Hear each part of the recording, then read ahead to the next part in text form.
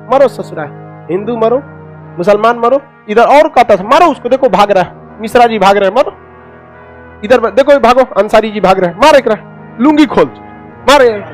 जिस हिंदू को आप मार रहे हैं कल उसके साथ खाना खाते थे, जिन मुसलमानों से आप लड़ रहे हैं याद कीजिए ईद की सवैयां एक साथ खाए थे। आप इन दो कौड़ी के अंग्रेजों के लड़ाने में आप चले आए, हथियार उठा लिए यहाँ पर। जो अंग्रेजों की फौज खड़ी होकर दंगे ना रोक सकी, महात्मा गांधी का एक भाषण ने पूरा दंगे रोक दिया। इसलिए अंग्रेजों ने कहा वन मैन आर्मी है ये। जो विशाल गंगा की तरह अविरल धाराओं के समान भारत की संस्कृति थी, इन संस्कृति को अंग्रेजों ने सुखा दिया। और जब नदियां सूखती हैं तो अपने पीछे न जाने कितने कचड़े, दलदल और बंजर जमीन छोड़ के जाती है। भारत को अंग्रेजों ने वही दलदल और बंजर जमीन कर दिया। जिन्ना को ये समझ में नहीं आया। आप बहुत तकलीफ में हो जाए, आप कहाँ जाते हैं? अपनी माँ के आंचल में, और वहां सुकून मिलता है। पाकिस्तान को भी सुकून मिलेगा, भारत माँ की आंचल में आना ही पड़ेगा। तो मुस्लिम बताइए, वेवेल के द्वारा लाया गया शिमला सम्मेलन सफल हुआ या नहीं हुआ? नहीं हुआ। वेवेला घुसिया के भगा दिया किसको? जिन्ना। जिन्ना को भी याद आया, इतिहास ये भी जानकार था, कहा कि गांधी जी टेबल पे से कूद के भागे थे, हम भी भागते हैं। ये भी कहा अगर 6 सीट मुस्लिम लीग से नहीं आएगा हम भी जाते हैं। वेवेला 2 जूता दिया, भाग छोटा कहीं, यहाँ पे नहीं आते हैं, गांधी बनता है यहाँ पर। और कात में रहो, यहाँ भगा दिया वेवेला किसको? जिन्ना को। जिन्ना घुसिया गया, कहा कि हमारा तो कोई इज्जत नहीं, ढोलक बजा दिया, हम दोनों ओर से पीट रहा है। अब जिन्ना ने कहा अब नहीं हो सकता, अब हम अपना सबसे क्रूर रूप दिखाएंगे। और उसने 16 अगस्त 1946 आजादी से ठीक 1 साल पहले इसने कह दिया direct action plan, direct action plan, direct action plan, प्रत्यक्ष कार्रवाई दिवस, प्रत्यक्ष कार्यवाही। कहा कि अब छुप छुप के नहीं होगा, अब खुलेआम होगा। छुप छुप के गया जमाना, अब क्या हो गया? खुलेआम होगा। और क्या होगा?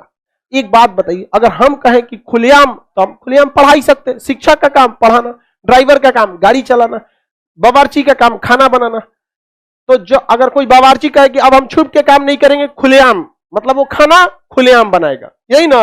लॉकडाउन में अगर कोई शिक्षक कहे कि अब छुप छुप के काम नहीं होगा, खुलेआम, मतलब अब वो छुप के नहीं पढ़ाएगा। लॉकडाउन में बहुत सारे टीचर ने खुल छुप के पढ़ाया था, कहा कि आप प्रत्यक्ष पढ़ाएंगे, मतलब खुल के पढ़ाएगा।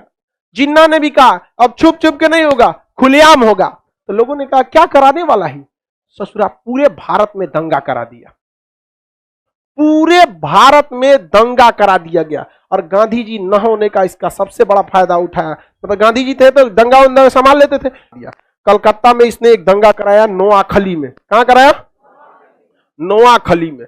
और इस नोआखली दंगे में 20,000 से अधिक महिलाओं का बलात्कार कर दिया गया, 10,000 से ज्यादा लोग मारे गए। और अंग्रेज पूरी तरह से फौज लेके वहां खड़े थे, सब मजा में थे एकदम। मरो ससुरा, हिंदू मरो, मुसलमान मरो। इधर और कहता था मारो उसको, देखो भाग रहा है, मिश्रा जी भाग रहे हैं, मरो।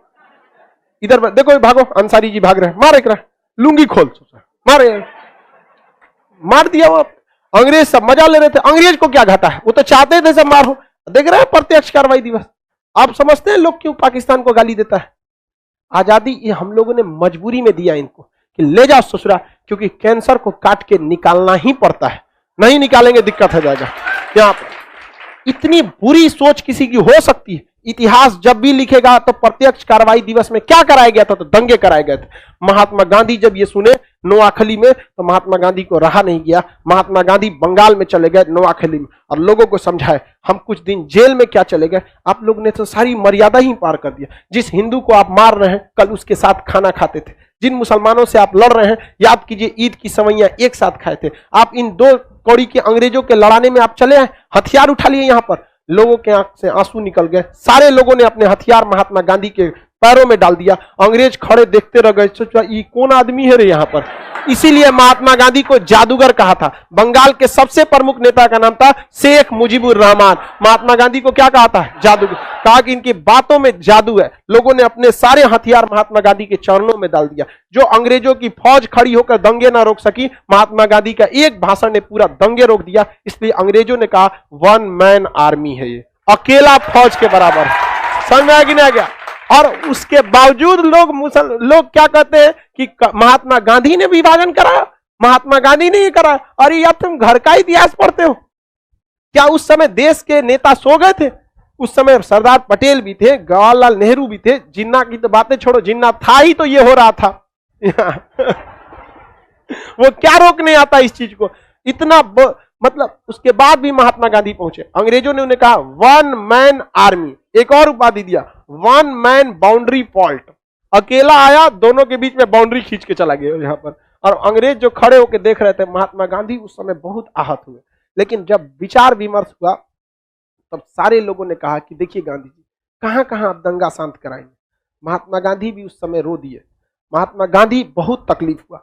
उस समय अंग्रेज भी अब कह रहे थे सर कि विभाजन करना चाहिए, और विभाजन में सबसे आगे जो फॉर्मूला दिया गया, चक्रवर्ती राजगोपालाचारी ने फॉर्मूला दिया था विभाजन का, जिसे कहा जाता है CR फॉर्मूला, और जिसे सरदार पटेल ने पारित किया था प्रस्ताव। सरदार पटेल ने भी उसमें क्या लगाया था? मोहर लगाया। महात्मा गांधी भी देख लिए कि जिन्ना अब नहीं मानने वाला, जिन्ना अब नहीं मान। इन्हें समझाने के लिए बहुत कोशिश किया गया, लेकिन जिन्ना मानने के लिए तैयार नहीं था। महात्मा गांधी जिन्ना को बहुत सारा कहा कि भाई आप तो कायदे आजम हैं, आपके हाथों से ऐसे काम अच्छे नहीं होते। तुम जिन्ना लेकिन अपनी बात पर अड़ा रहा। महात्मा गांधी कहते रह गए देश का विभाजन मेरे लाश पर होगा। लेकिन अब महात्मा गांधी को भी एहसास हो गया था कि एक गांधी कहां कहां दंगे फसाद को शांत करेगा। नोआखली का शांत नहीं हुआ, बिहार में चालू हुआ, भागलपुर में चालू हुआ, रांची में चालू हो गया, महाराष्ट्र में चालू, हर जगह यह विभाजन, ये आग लगती गई। और अंततः अंग्रेजों ने भी क्या किया? पाकिस्तान का क्या किया? विभाजन किया। और 14 अगस्त 1947 को पाकिस्तान का जन्म हुआ। अगर ये प्रत्यक्ष कार्रवाई दिवस नहीं मनाया रहता, दंगे फसाद नहीं होते, तो अकेला वन मैन आर्मी जिसे कहा जाता था ना, वो रोक देता भारत का विभाजन। उस इंसान में इतनी ताकत थी। लेकिन वो देखा था कि लोग मर कट जाएंगे अगर ये जिन्ना को नहीं दिया जाएगा तो। अब देश का विभाजन अंग्रेजों ने कर दिया। रविन्द्रनाथ टैगोर उस समय बूढ़े हो चुके थे और अपनी आखिरी सांसें ले रहे थे, मृत शैया पर लेटे थे, और उन्होंने अपनी नम आंखों से रोते हुए कहा था कि हमें आजादी मिलेगी। लेकिन कभी यह नहीं सोचा था कि अंग्रेज हमें इस तरह आजादी देंगे। जो विशाल गंगा की तरह अविरल धाराओं के समान भारत की संस्कृति थी, इन संस्कृति को अंग्रेजों ने सुखा दिया। और जब नदियां सूखती हैं तो अपने पीछे न जाने कितने कचड़े, दलदल और बंजर जमीन छोड़ के जाती है। भारत को अंग्रेजों ने वही दलदल और बंजर जमीन कर दिया। जिन्ना को यह समझ में नहीं आया। महात्मा गांधी, रविन्द्रनाथ टैगोर, हर इंसान अपने भारी मन से भारत के विभाजन के प्रस्ताव को स्वीकार किया।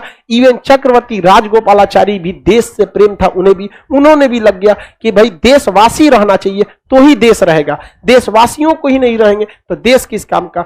चक्रवर्ती राजगोपालाचारी के CR फॉर्मूला के आधार पर लॉर्ड माउंटबेटन आया और भारत का क्या किया? विभाजन किया। और 14 अगस्त 1947 को एक देश बना, नाम रहा पाकिस्तान। और अगले दिन 15 अगस्त 1947 को भारत का आजादी मिला। भारत का निर्माण नहीं हुआ है, क्योंकि यह संस्कृति का कोई रिकॉर्ड नहीं है कि भारत कब था। वास्को डी गामा ने समुद्र के रास्ते की खोज किया, न कि भारत की, क्योंकि उसको तो पहले से पता था भारत में मसाला होता है, तुमको रास्ता नहीं पता था, रास्ते से खोज करके आया गया। और अब पाकिस्तान ज्यादा दिन नहीं चल पाएगा, और ये गारंटी है कि पाकिस्तान 100 साल से ज्यादा जिंदा नहीं रह सकता। जिस दिन वो सालगिरह मनाएगा उस दिन उसका हम लोग विलय दिवस मनाएंगे। अखंड भारत में मिलना ही होगा तुमको 100 साल के अंदर। बहुत जल्दी आ रहा है 2047, समझा रहा है कि नहीं आ रहा? 2047 में हमारे वैसे से पढ़े हुए जितने लड़के हैं वो इस भारत के बहुत अच्छे अच्छे जगहों पर बैठे होंगे वहां पर, और उनके हाथ में होगा भारत के मूवमेंट को। आपको क्या समझ में आता है? इतना जो विद्यार्थी है लाइव में, गांव गांव में, कह लिए ये सब तैयारी चल रही है। ये सब क्या है? तैयारी चल रही है, समझ में आया? और ये तैयारी है वहां पे। आप बाहुबली मूवी देखे होंगे तो कटप्पा जो है वो देवसेना लकड़ी बीनती है तो ढकेल देता है। क्या कर रही हो देवसेना? 20 साल से लकड़ी बीन रही हो। देवसेना क्या होती है? पागल हो गए हो कटप्पा, लकड़ी नहीं चिता सजा रही हूं। समझ में आ गया कि नहीं आएगा? यही जो आप लोग बैठे हैं ना, एक दिन चिता में लकड़ी का काम करेंगे पाकिस्तान के, उसको मिलना ही होगा भारत में।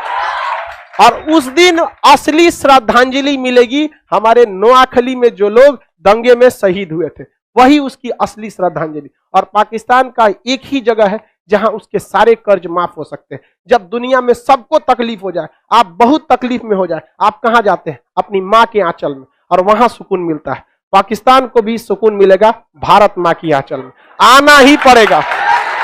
और दुनिया में कोई भी अपनी मां को छोड़ के जाएगा कभी सुखी नहीं रह सकता है। आना ही पड़ेगा उसको, भारत मां के पास आना पड़ेगा। और जब यहां आएगा तो उन सब के लिए अलग बैच चलाएंगे, क्योंकि हमें बम नहीं फोड़वाना है बैच में, ससुरा छोटा कहीं का।